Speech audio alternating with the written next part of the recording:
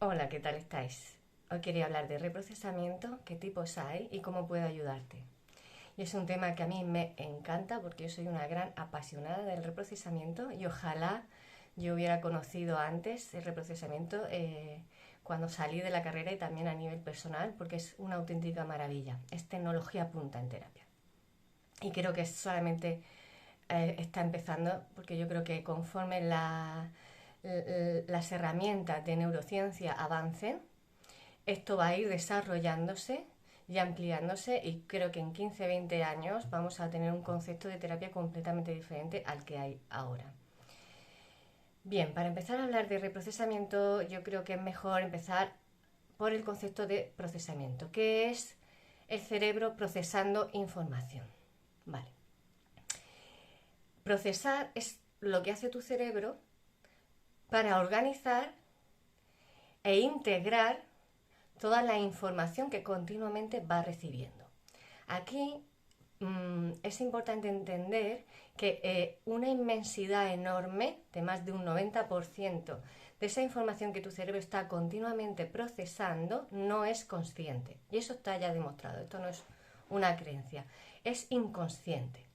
Por lo tanto, el cerebro está continuamente recibiendo muchísima información, tanto del interior de tu cuerpo, para permitirme parpadear, por ejemplo, mientras estoy haciendo este vídeo, o que me lata el corazón, o respirar, y ya ni os cuento la cantidad de conexiones que está haciendo para que yo pueda ordenar esta información dentro de mi cabeza, para que yo pueda traducirla en palabras y esas palabras salgan en forma de sonido a través de mi cuerpo. Al mismo tiempo yo estoy teniendo una conciencia de cómo estoy sentada, ¿vale? Porque si no podría estar enseñándoos un pie en el vídeo. Eh, y así sucesivamente. El cerebro maneja una cantidad de información tremenda continuamente y la cantidad de conexiones que hace por segundo es absolutamente disparatada. Es un número que yo no sé ni decirlo. Y eso se le llama procesamiento, todo lo que tu cerebro está haciendo continuamente. Para entender el procesamiento hay que entender la red, porque aquí estamos hablando de un funcionamiento en red. Toda esa información se conecta dentro del cerebro a modo de red. Es decir, de alguna manera todo está conectado. Es como si tú ves un árbol y te centras en una hojita de una de las ramas. Pero esa hojita no está separada del resto del árbol, incluidas las raíces. Todo lo grande funciona en red. Lo que pasa es que aún no tenemos esa cosmovisión como para poder comprenderla, pero si hay una única célula de tu cuerpo que no recibe oxígeno, esa célula muere. Todo está funcionando en una interconexión. Y el cerebro es una gran red de información. Por lo tanto, toda la información que maneja el cerebro está integrada en una gran red. ¿De acuerdo? Bien. Vale, a veces esa información no se procesa bien.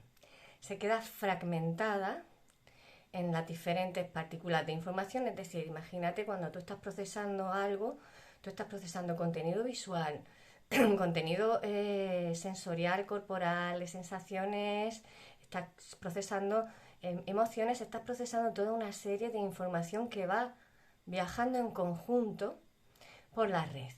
Y a veces esa información no se procesa bien, se queda fragmentada y no se puede integrar en la red.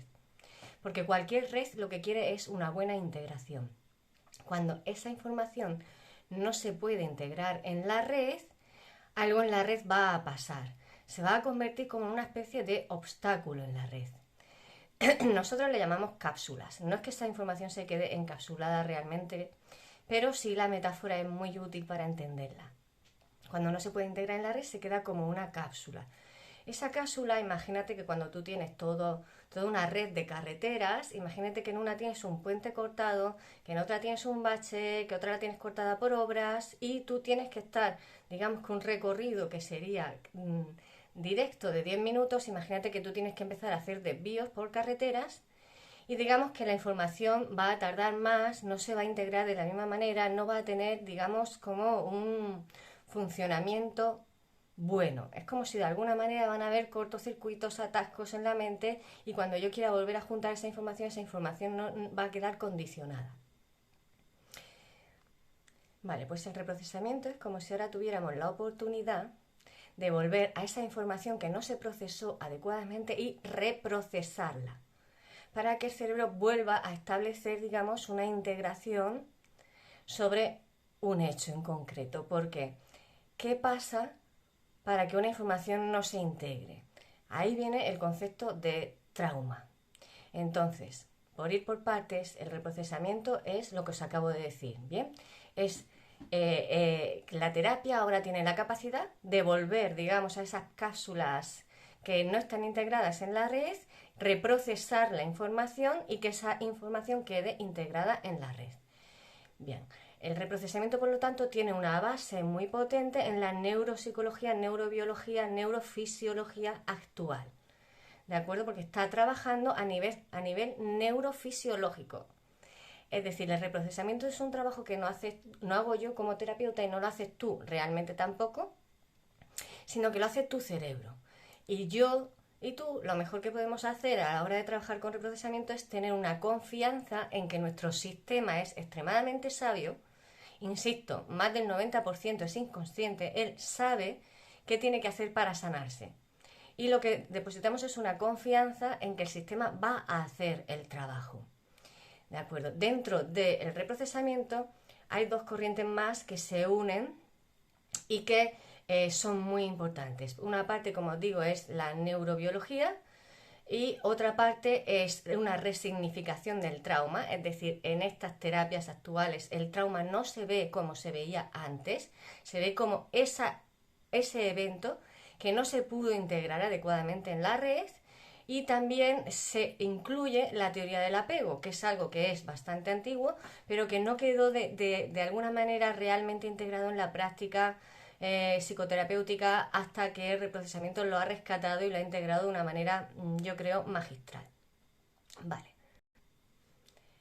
Entonces, como os digo, en esta corriente, en esta orientación terapéutica, el trauma ya no es lo que antes llamábamos trauma, es decir, ese mega evento traumático en mi vida impactante, que también eso es un trauma, sino que además va a ser cualquier información que no esté integrada en la red.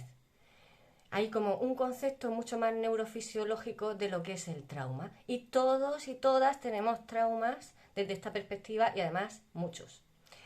Y se une, como os digo, la teoría del apego, que hace como una base del desarrollo neurofisiológico del niño a través de los vínculos principales que el niño tiene en la crianza, en la infancia. Es decir, el niño nace con un cerebro todavía por desarrollar. Ningún bebé es capaz de sobrevivir sin el cuidado de adultos y es un animal, el ser humano es un animal que su cerebro realmente se construye en la vinculación social. Y eso es lo que la teoría está diciendo, de que el apego es muy importante porque va a ser quien haga que el cerebro sea de una manera o de otra, va a ser quien desarrolle, el apego va a ser quien desarrolle el cerebro por la condición en la que el ser humano nace de madurez cerebral. ¿Vale? Tengo que ir parando porque manejo mucha información en estos momentos, quiero ordenarla bien, voy por partes. Entonces, esta terapia pone en evidencia toda una serie de traumas del desarrollo, que son los traumas que se han quedado vinculados a esas figuras de apego. Y pone también muy de manifiesto el nervio vago. Integra mucho también el nervio vago, es decir, la autorregulación. El nervio vago es un nervio enorme, ¿vale? Que conecta todos los órganos del cuerpo, todos, pulmones, corazón, todos, y que va a hacer que yo me sienta segura o con miedo y que active una respuesta de huida, de lucha o de congelación. No me quiero enrollar, si acaso hago otro vídeo del nervio vago, pero sí que es importante el concepto de autorregulación. Por eso esta terapia ni la hago yo ni la hace la persona con la que trabaje, sino que la hace su sistema nervioso que va a generar una autorregulación. Ahora, sí es muy importante en esa autorregulación que yo esté vinculada con esa persona en lo que se llama sintonía dual en Brain Spotting, que es una de las corrientes, porque es yo a través de la regulación de mi sistema nervioso sirvo de espejo a su sistema nervioso, porque como os digo, el vínculo es muy importante y es donde se generó la desregulación del sistema nervioso. Por lo tanto, yo necesito otra vez un vínculo para poder hacer esa autorregulación. Esos son los principios más importantes del reprocesamiento, sobre todo del brain spotting, porque ya lo que os acabo de explicar coge mucho del brain spotting. Pero ahora voy a explicar qué tipos hay. Yo estoy formada en 3 tipos. No conozco que haya más. Puede ser que haya más, pero yo no conozco que haya más. Uno es reflejos primitivos, aunque desde los reflejos primitivos, lo que yo he hecho de optometría comportamental, también considero que es reprocesamiento. Y ellos, cuando yo me he formado y toda la práctica que he hecho y el contacto que he tenido en supervisiones con reflejos primitivos, nunca les han llamado reprocesamiento, pero cuando te ponen a explicar qué está haciendo la persona trabajando en los reflejos primitivos, lo que te está explicando es exactamente reprocesamiento, lo que yo os acabo de explicar, que va a restablecer y a reordenar las vías neurológicas. Otra es MDR, que es la más común, la más conocida. Eso ya entra dentro de la psicoterapia, porque reflejos primitivos sí que hay psicoterapeutas que hacemos reflejos primitivos, pero también hay personas que hacen reflejos primitivos que no son psicoterapeutas, son optometristas comportamentales. Vale. Entonces, el MDR ya sí, ¿vale? De hecho tienes que ser psicóloga, si no, no te puedes formar en eso. Y luego está el brain spotting, que no exigen que seas psicóloga. Con que seas terapeuta, y psicóloga también puede ser, te puedes formar en brain spotting. De esas, a mí la que más me gusta, de la que estoy in love completamente, es el brain spotting, y que significa punto cerebral, y la que menos me gusta es el MDR. Opinión personal, sin ánimo de debate. Luego, si eso, os explicaré un poquito por qué.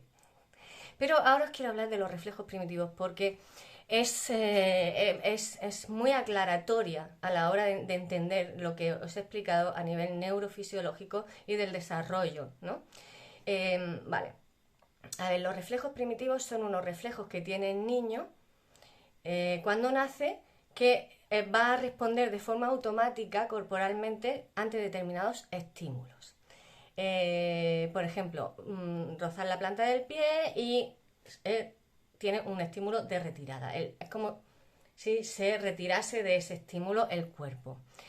El reflejo del moro, hay un ruido fuerte, un estímulo fuerte y el niño se contrae. Los reflejos primitivos son primitivos, como la palabra está diciendo, y tienen doble función, que es proteger al niño en muchos momentos, pero también su función principal es desarrollar el cerebro del niño, ¿vale? Entonces el cerebro se desarrolla de forma piramidal, es decir, nosotros tenemos 3 cerebros principales. Una es el que se llama cerebro reptiliano, primitivo, ¿vale? Viene a ser el tronco del cerebro con el bulbo y la base, digamos, que ya estaría dentro del cráneo. Ese cerebro se llama reptiliano porque lo tenemos todos los mamíferos y está encargado de nuestra supervivencia, tanto de que lata nuestro corazón y que podamos respirar incluso aunque estemos durmiendo, como de que respondamos ante estímulos peligrosos. Por lo tanto, está muy encargado del reflejo de huida, o sea, perdón, de la respuesta de huida, de protección o de lucha y también de congelación. Y luego tenemos otro cerebro, que es el límbico o emocional, que estaría como en medio del cerebro, es así, está curvado, estaría como en medio del cerebro, y este cerebro es mamífero, lo compartimos todos los mamíferos y es el que se encarga de todas las emociones, de toda la regulación emocional y también de, yo creo, la gran interconexión con lo que luego es el neocórtex, que es el cerebro humano, digamos el moderno, el que permite hablar, escribir, crear cosas, ¿no? De la nada, todo el potencial de imaginación que tenemos, puntos suspensivos. Pero, ¿por qué os estoy explicando esto? Porque cuando el cerebro empieza a desarrollarse, ¿vale? Los reflejos primitivos también tienen como unos movimientos rítmicos, simétricos, que lo hacen todos los bebés, lo habréis visto. Esos movimientos son los que están haciendo que el cerebro se estimule y que empiece a generar las vías de conexión neuronal. Bien, entonces cuando este cerebro primitivo reptiliano no está bien, no está organizado y el límbico no está tampoco bien organizado, el neocórtex va a sufrir todos los puenteos que os digo, ¿no? de cortes de carretera y no va a funcionar adecuadamente. Entonces, el impacto emocional de un evento va a repercutir en toda mi capacidad cognitiva superior. ¿Qué es eso lo que os estoy explicando? Todo lo que venga de supervivencia, de miedo, de amenaza, de no sentirme segura, de la parte emocional, no sentirme validada, no sentirme buena, no sentirme digna de amor, puntos suspensivos, va a afectar luego a las conexiones del neocórtex, que es lo que nosotros creemos que nos hace racional y que ahí nos cuesta creer que el 90 y pico % sea inconsciente, pero es así, os lo prometo. Vale, entonces, esos movimientos de los reflejos primitivos, ¿vale? Van a hacer que esas vías se vayan desarrollando. Y cuando una persona hace terapia de reflejos primitivos, haces como una reprogramación desde la base, es muy buena, a mí me encanta. Es como desde la base. No vas tanto a un contenido específico como los reprocesamientos del Brain Spotting o del MDR, sino que vas como a trabajar desde la base la conexión global del cerebro. Es muy potente, provoca muchos efectos y provoca también cambios de personalidad muy grandes. Entonces, quería explicaros esto para que veáis, ¿no? Que en el reprocesamiento las bases subcorticales, es decir, el cerebro reptiliano que os he comentado y el límbico, tienen una importancia tremenda, pero tremenda, enorme. Bien, bien, entonces, dicho esto, ¿qué pasa con el MDR? El MDR trabaja a nivel interhemisférico, es decir, el reprocesamiento entra a reprocesar y entra a reprocesar desde neocórtex, desde cogniciones, aunque también con imágenes de los recuerdos traumáticos, y reprocesa con estimulación bilateral, que se puede hacer de diferentes maneras. Puede ser que estés siguiendo un dedo, si estás haciendo reprocesamiento de MDR en terapia. Puede ser que estés haciendo estimulación bilateral así. Puede ser que te pongan una maquinita con una luz que tú tienes que seguir visualmente, o puede ser que te pongan unos auriculares y que haya un estímulo que te va haciendo una transferencia bilateral de la información. Pero en cualquier caso está entrando por el neocórtex. ¿Qué pasa? Que el Brain Spotting, una de las cosas que a mí hace que me guste mucho más el Brain Spotting que el MDR, es que el Brain Spotting va directamente a subcortical. Va a trabajar directamente con subcortical, que para mí es donde está el cotarro, como os digo, y además así lo aprendí en los reflejos primitivos y en todo lo que sé de desarrollo infantil. Y es donde están los núcleos importantes del miedo y donde están también las formaciones emocionales más bloqueadas. Por lo tanto, ir directamente a subcortical es ya una eficiencia mucho más alta si comparas una terapia con la otra. Además de que el reprocesamiento subcortical es mucho más rápido, es otra cosa. Yo creo que el reprocesamiento se vuelve mucho más eficaz cuando entra directamente a las estructuras subcorticales del cerebro, es lo que estoy diciendo. Yo, por ejemplo, tengo una adolescente en terapia que llevaba como unas 15 sesiones de MDR. Cuando hice la formación de Brain Spotting, le hice una sesión de Brain Spotting. En una sola sesión de Brain Spotting sacó mucho más que en 15 de MDR, y ella misma, cuando terminó la sesión, lo primero que dijo es: esto es muy fuerte. Para que os hagáis una idea, es otra cosa.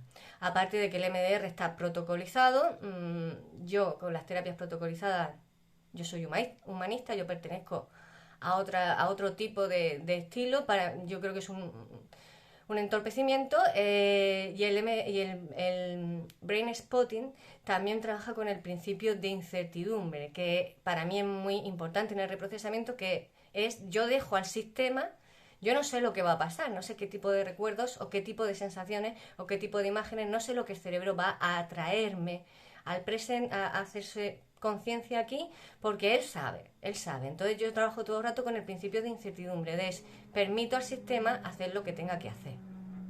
Bien, entonces el brain spotting trabaja con un punto ocular, que es el punto ocular que se elige en función de dónde se activa más la información que la persona quiere reprocesar. Porque toda la información que es inconsciente tiene un reflejo también somático, corporal, donde el cuerpo le están pasando cosas.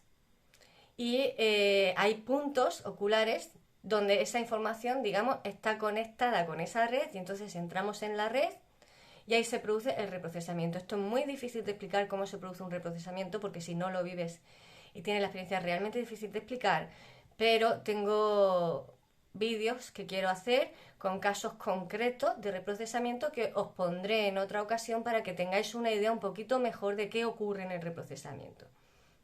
Porque realmente, por mucho que os explique, lo mejor es explicarlo desde un caso, si no es muy difícil de entender qué realmente ocurre ahí, ¿vale? Ahora mismo era solamente por poneros un poquito las diferencias de los tres tipos que yo conozco y que un poquito lo conozcáis, qué hace, ¿no? No qué hace, sino desde dónde entra. Unos son movimientos, ¿vale? ¿Qué pasa con el de los movimientos, con el de los reflejos primitivos? Es muy bueno, es muy potente, pero trabaja, digamos, con gotas de agua. Es decir, para tener efectos transformadores auténticos, tú tienes que hacer unos ejercicios que son 10-15 minutos al día, no es mucho, pero lo tienes que hacer todos los días, porque uno no cambia las conexiones neuronales así de la noche a la mañana. Y esa constancia de hacerlo todos los días es lo que cuesta, ¿vale? De acuerdo, a ver. El MDR, como os digo, va a tener una estimulación bilateral porque trabaja con el hemisferio izquierdo y el hemisferio derecho. Entonces tiene que tener un tipo de estímulo que va del hemisferio izquierdo al hemisferio derecho, que es neocórtex, ¿vale? Y el brain spotting va a elegir un punto ocular donde se activa más la información que se quiera trabajar, que también puede ser de recurso, de algo que la persona quiere potenciar, digamos, de aspectos más positivos, aunque no es una palabra que me gusta usar, pero también se puede usar así, y se puede usar incluso para desarrollar una capacidad interna que se quiera desarrollar, como por ejemplo la creatividad. Elige el punto ocular de mayor activación y ahí entra en la red a través de, digamos, circuitos que van a conectar directamente con lo subcortical, que yo creo que es donde hay que ir, insisto. Bien, entonces, ¿cómo se produce el reprocesamiento? Pues yo entro en un punto y luego ahí empieza a activarse toda la información, y ahí lo mejor es que te imagines un árbol.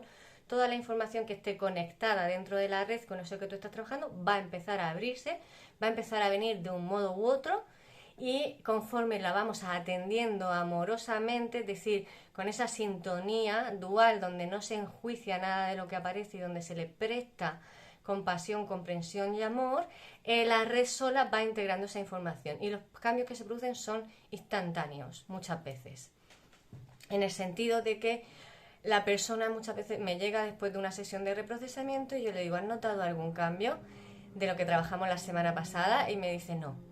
Y entonces empiezo a leerle lo que trabajó la semana pasada. ¿Has notado, por ejemplo, que estés en una cola y que tengas más capacidad de defenderte si alguien se te quiere colar, o que estabas en una reunión social y que has dicho más tu opinión de lo que habitualmente haces, o que has sentido menos inhibición en tal situación, o que has sentido menos odio hacia tu cuerpo, lo que sea que haya estado trabajando, y te dice de repente, pues ahora que lo dices, sí. Es decir, no es como la terapia verbal, donde la persona luego entra en un proceso de darse cuenta de cómo es ese patrón en su vida. Ese patrón cambia y la persona casi que muchas veces ni se da cuenta hasta que le invitas a reflexionar. A eso me refiero con cambio instantáneo. Pero igualmente cuando os ponga el caso lo veréis como mucho más claro.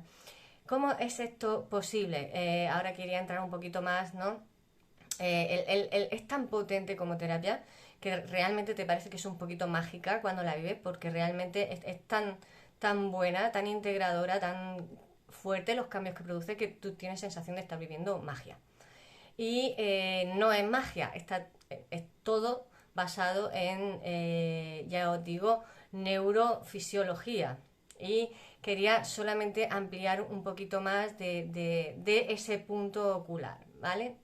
En ese desarrollo infantil que os comentaba antes, hay muchos elementos que interactúan. Esos reflejos primitivos, hay diferentes reflejos que están estimulando diferentes sentidos. Bien, hay sentidos que tienen un manejo del desarrollo cerebral muy importante, es decir, que la influencia que tienen en cómo se desarrolla el cerebro es muy importante. Y uno es el ocular. Y el ocular luego hace vías, como imaginaros, como grandes autopistas en el cerebro que integra determinada información. Por ejemplo, lo primero que se desarrolla ya antes de que el bebé nazca, pero lo primero que tiene el bebé desarrollado es auditivamente y la piel. La piel es lo más importante cuando un bebé nace y es el principal órgano de comunicación de un bebé, donde se establece toda la relación tónico-emocional con la madre. Digamos que un bebé se comunica con la piel o a través de la piel cuando nace, ¿vale? Esa piel, aunque no te lo creas, y no te voy a soltar todo el rollo porque sería mucho rollo, pero esa piel está íntimamente conectada con el desarrollo de la visión. Pero íntimamente desarrollada con la visión. Luego la visión va a hacer una especie de puenteo para desarrollarse con la mano y va a establecer una conexión que se llama puente mano-ojo, que es la que nos va a permitir después manipular objetos como lo puede manipular el ser humano, que ningún otro animal puede, pero si os dais cuenta, esa manipulación de objetos hace que después nuestro desarrollo más del neocórtex se pueda ampliar a inventar, ¿no? Es decir, de esa capacidad de manipulación de objetos, fijaros todo lo que hemos hecho. Casas, naves espaciales, en fin, todo donde tú estás sentada, lo que utilizas para comer cada día, punto suspensivo. Entonces hay como grandes autopistas en el cerebro, ¿no? Aunque toda esa información tiene que estar conectada, digamos que hay grandes carreteras que son grandes puentes que conectan unas áreas con otras y que son más importantes dentro de esa organización cerebral, ¿vale? Entonces, luego hay un puente que es mano, boca, ojo, y así sucesivamente, ojo, pie, y así sucesivamente. El oído, por ejemplo, es otro gran organizador del cerebro, es decir, toma mucha importancia en cómo se va a desarrollar el cerebro en la infancia. Mucha importancia. Porque está el sistema vestibular, que está muy vinculado a lo auditivo, y el sistema vestibular va a hacer, pues eso, ¿no? Que vosotros estéis viendo mi cara y no mi piel, porque yo no sé dónde está mi cuerpo, o que me ponga a andar y que me caiga porque no sé coordinarme, o que vaya a coger el vaso y me quede corta o me pase. Y todo eso está encargándose el sistema vestibular, porque el sistema vestibular me va a decir dónde estoy, cómo está mi posición, dónde está mi mano, me va a dar la referencia espacio-temporal alrededor mío, tanto de mi cuerpo como de los objetos que estoy viendo. Y como os podéis imaginar, ese sistema vestibular vuelve a estar muy vinculado a la visión. Entonces, ¿cómo puede ayudarte? Pues como desde esta visión prácticamente trauma se puede al final reducir todo a trauma, te puede ayudar prácticamente en todo. No es algo que tú tengas que tener un gran trauma para que te ayude, y prácticamente todo se puede trabajar desde esta perspectiva del reprocesamiento, y es realmente increíble. Es un antes y un después en la terapia. Y por no liarme más, que ya estoy en media hora, espero que el tema de hoy haya sido de interés. Sé que es un vídeo muy largo, pero es que realmente me apasiona y os contaría muchísimas cosas más. Y bueno, puedo seguir ampliando en otros. Os invito realmente a ver los casos que ponga, porque es donde vais a poder verlo desde una perspectiva práctica. Os mando un abrazo y un beso muy fuerte y nos vemos en otra. Chao.